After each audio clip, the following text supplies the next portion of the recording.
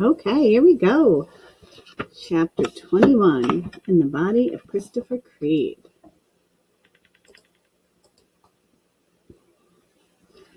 I didn't understand how a dead body could appear at a spot where it had not been earlier. I don't think I understood anything, except that I was more scared of living people than dead people.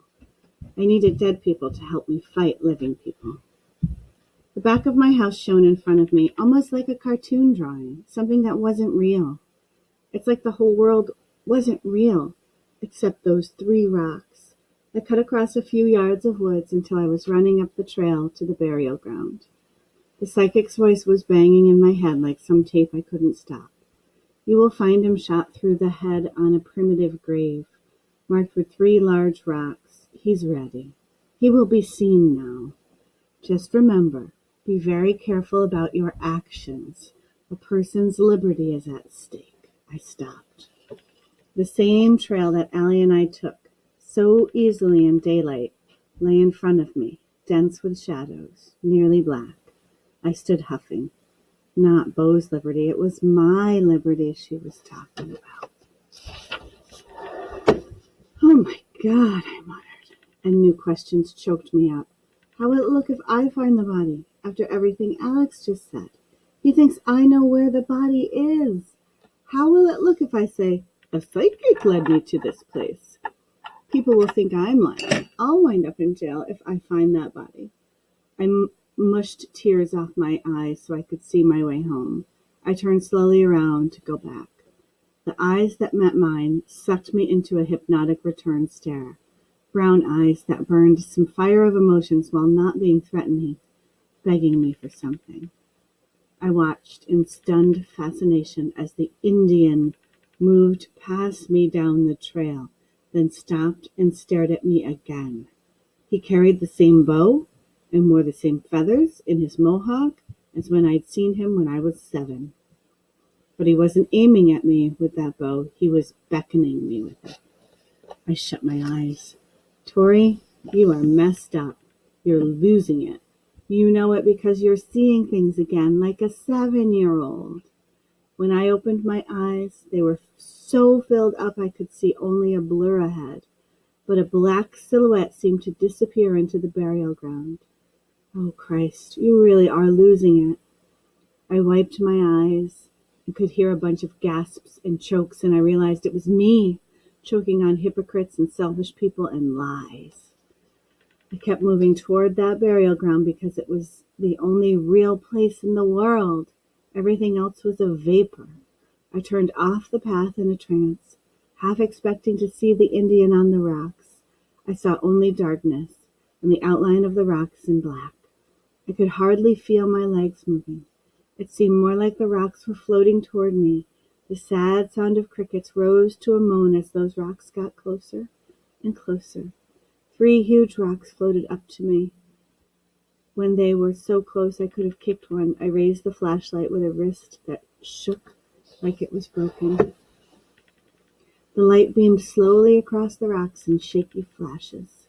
Shaky but sure. Flat, smooth, shining. There was nothing to break the air except an orange beam across flat, smooth rock. I stood there, shining the beam, waiting for I don't know what, a ghost to appear? Creed to fall from the sky? The longer I waited, the more tense I got, the more irritated those crickets sounded. I finally sprang up on top of the rocks and shined the flashlight all around the clearing. Grass, sand, pine cones, trees, branches, all in shaky jerks. Sky. My legs were rubbery from this combination of anger and relief. I didn't want to see a dead body, but I needed to find Creed. With a definite suicide note, a definite cause of death, a definite time of death, he was not here. But instead of leaving, I felt a strong need to stay and think about all this. I had seen something that could not have been real, an Indian ghost. When I was 7 years old, I could shrug it off after a day or 2. You're not a little kid now, and you're seeing things, Tori, which means you're some sort of nuts. Are you totally crazy, or just in shock over being knifed in the back by your friends? I hated Alex all of a sudden. I looked around the clearing with the flashlight one more time. As the beam turned up more branches and grass and normal stuff, I felt very close to Creed. I could feel all his confusion over what was real and what was made up in his own head. I felt his wish for make-believe to come alive, for some sort of control over the universe, so that if life started to suck, you could just imagine something else into existence. The air buzzed all around my head like it had in my basement that night. Like bunches of eyes burned behind me, burning a hole through me, begging me for something. Maybe there were 1,000 creeds out there, begging for hope, for understanding. Maybe. I figured I could understand someone wanting to take his own life if the world stopped making sense, if people became convinced that lies were true. This was the most dangerous kind of lying, it struck me, the kind that was happening to me now, where people need the lie so badly they become convinced the lie is true. It's dangerous because they can tell the lie with so much belief that it sounds like the truth, and they can make other people believe it. Creed had lied too. He had made me believe his diary. Renee's type of lying was different from Creed's diary, though. Renee's was meant to do harm, and Creed's was only meant to save himself from a life that seemed unfair and didn't make sense. I figured I knew why I didn't find him here. My mother's words echoed through the darkness. I knew that Chris was leaving to survive, not leaving to die. All that grinning he had done his whole life, it was like the diary. He might have believed he was super popular every day, but he only did what he had to do in order to keep going, to be normal and be popular and have fun and have a girlfriend. He made real life mere shadows in comparison. When his make-believe world finally caved in last week, God only knows which twig finally broke the camel's back, he saw reality clearly. But he didn't survive years of abuse from other kids and lack of understanding from his parents, so he could go die in the woods. I believed it totally at that moment. Creed was alive. I felt some deep canyon of regret that I had sat 10 feet from him through most of our years in grade school and could never see that he was a tortured person. I was so alone here, and maybe it was because I alone was meant to know. I could have screamed the truth to Alex. I could have breathed fire and burned down a couple of trees, and Alex wouldn't have believed me. People only see as far as they are able, and the rest of the truth is lost on them. A kid in the midst of us led a tortured existence. Bo Richardson wants to be everyone's mother. Christ died naked. I had some sort of peace. There's something peaceful about what you know to be the truth. I had it. So much that I would be rather be in jail with the truth than living a lie in the historic town of Seepleton. I stood up to leave. He's alive, I muttered to myself, to the dead Indians, to the choir of crickets. He's alive, and someday I will find him. I stepped to the edge of the rock with the lip that hung over. As soon as the rock faltered, I remembered the space underneath it, and too late realized I was now heavy enough to tip it over, if nothing was underneath that lip. I flew, head first, onto the ground, flipped around, and stared wide-eyed as the huge rock met air underneath it, then came over on top of me. I clambered backward, which kept it from hitting me square in the chest, but it slammed down on my leg. I heard a crack. I don't think I even yelled. I don't even think I yelled out at that point. I was shocked and messed up and couldn't feel anything. A slight burning hit the center of my calf as I tried to work my leg out from under the rock, but nothing more. The rock must have weighed a couple 100 pounds. The thought of Digger Haynes losing his leg flitted through my mind. It reminded me of benching a couple 100 during football seasons. But benching and sitting straight up and pushing a rock straight forward are two different things. I felt my first jolts of pain as I rocked the thing across my bones a couple of times before heaving it on a roll to the side. Blah. I sat there, huffing, shining my flashlight on this gash in my jeans. I could see blood and torn skin and a white, shiny thing poking through. Bone fragment. I stared in shock at this mess, wondering why a broken leg burned but didn't really hurt. It should hurt more than it did, I realized, and that scared me.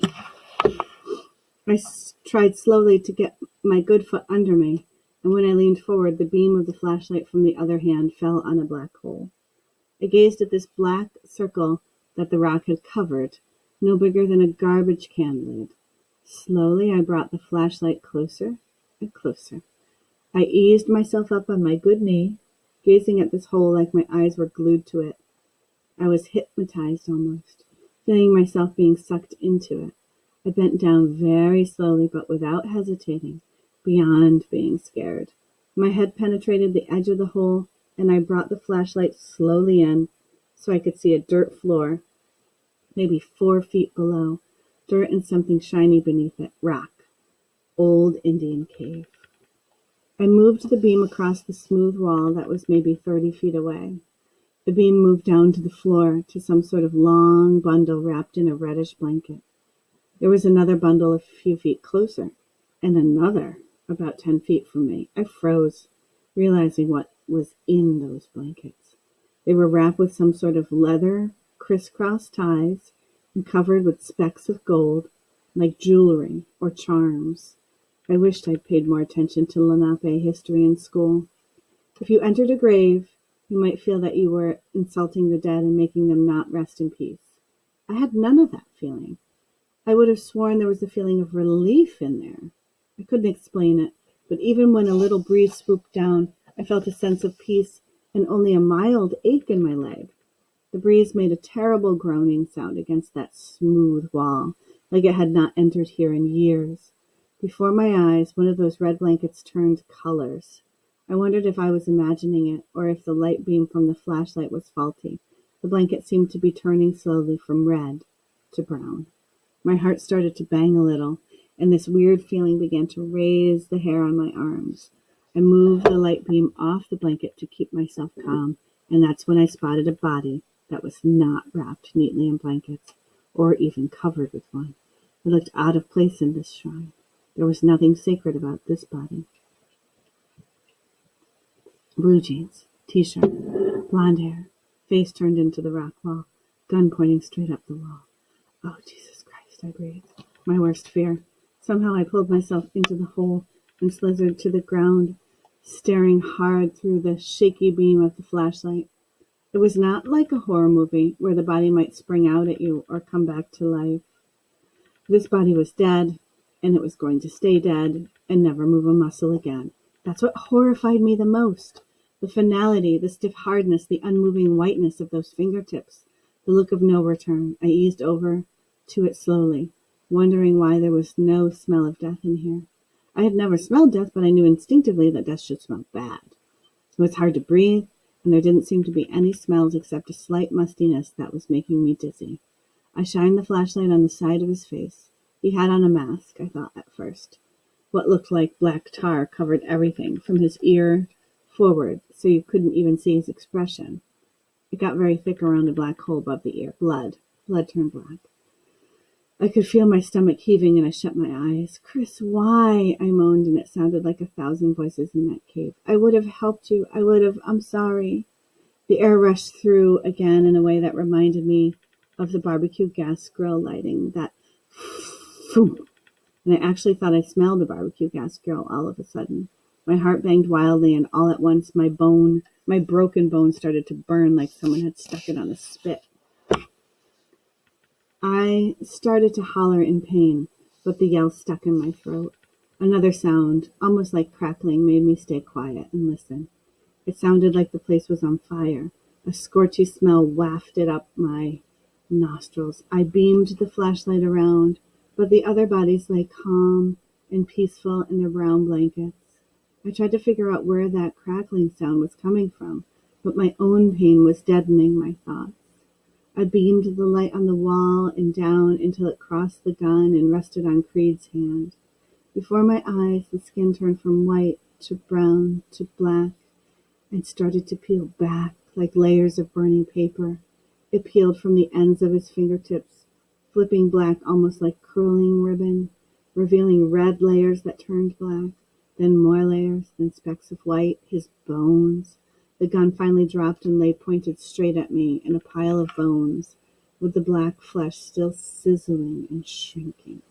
I screamed at the top of my lungs. This body was burning right in front of me, only with no flames. It was like an invisible fire was eating Creed away to nothing and eating my leg away, too. All I know is I screamed and screamed until I couldn't scream anymore, and somehow I had gotten outside into the blackness again, through the scorchy stench, though the scorchy stench had followed me out and my legs still felt on fire. Red lights were flashing in my eyes, and people were running all around me, screaming too. I heard Renee Bowen's voice, I thought, but Allie's face was staring at me in front of a huge flashlight. Your mom's here, she said. Your dad, too. We're getting you help. Okay, Tori, what happened? What is that terrible smell? I just gripped her around the neck, saying, I've just been in hell. Whew. Chapter 21, In the Body of Christopher Creed.